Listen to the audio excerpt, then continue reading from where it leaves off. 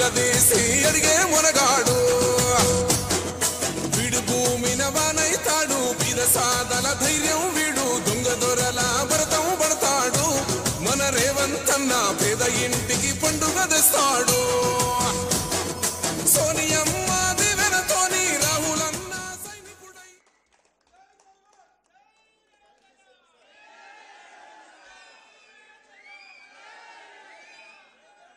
మిత్రులారా ఇప్పుడు తెలంగాణ సోదర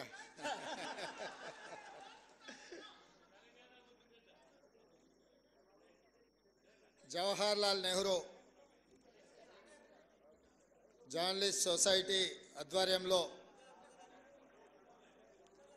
ఆనాడు డాక్టర్ వైఎస్ రాజశేఖర రెడ్డి గారు ఈ సమాజానికి పట్టిన రుగ్మతలను అనుభవిస్తున్న సమస్యలను పరిష్కరించే డాక్టర్లుగా జర్నలిస్టులను గుర్తించి సమాజానికి చికిత్స చేసే డాక్టర్లు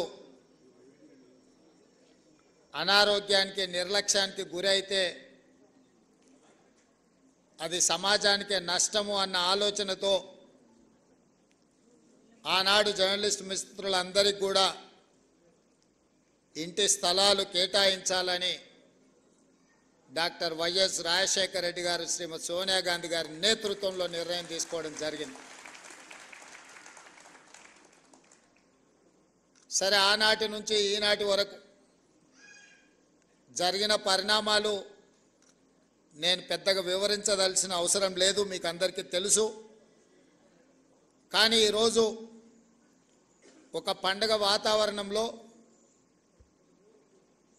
1100 మంది జర్నలిస్టు కుటుంబ సభ్యుల సమక్షంలో నిలబడి ఈ సమస్యకు శాశ్వత పరిష్కారం చూపించిన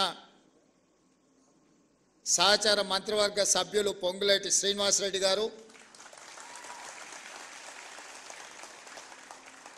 అదేవిధంగా కార్యక్రమంలో పాల్గొన్న సహచార మంత్రివర్గ సభ్యులు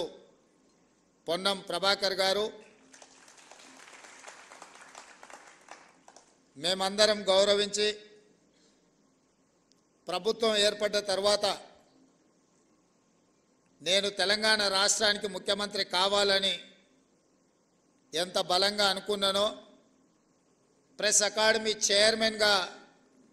శ్రీనివాసరెడ్డి గారిని కూడా నియమించాలని అంతే బలంగా నేను ఆనాడు భావించిన.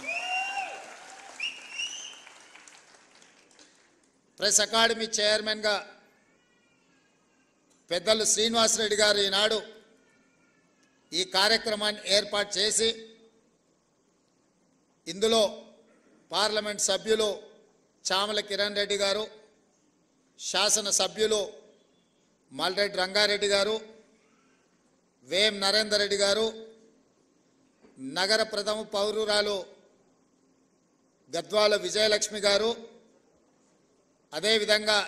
డిప్యూటీ మేయర్ శ్రీలత గారు, ఐఎన్